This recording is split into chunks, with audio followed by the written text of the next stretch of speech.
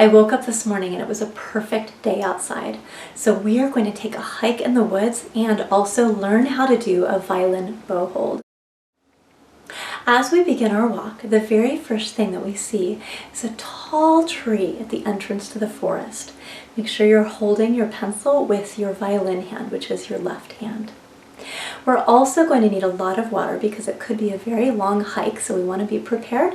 So take the tallest finger of your right hand, which is your bow hand, and touch it to your thumb. So your middle finger and your thumb. That's your water bottle. Now we walk through the forest and we see beautiful tall trees and chipmunks and squirrels running around, maybe a little snake slither across the path. And finally we get to the middle of the forest where there's a beautiful stream. And we sit down on a rock and we pour a glass of water. Now as you pour, make sure that your wrist is straight and not bent. And also the opening of your water bottle should be pointed down.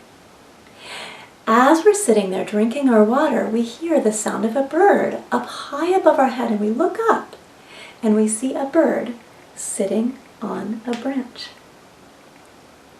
And as we're watching, 3 more birds come onto the branch. And then something very surprising happens. The 2 middle birds swoop past our face and jump into the water, and it turns out they are ducks.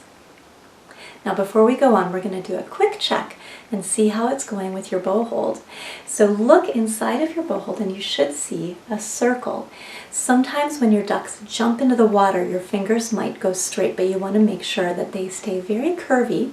Also check and make sure that your thumb still has a bend in it and that it's still touching the pencil on its tip. All right, the story continues.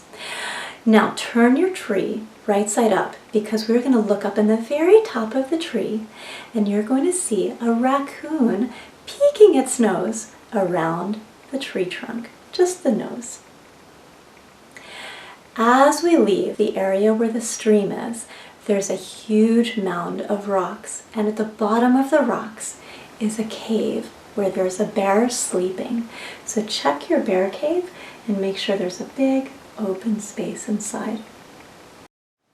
Your homework, now that you've learned your first bow hold, is to do 5 bow holds every single day.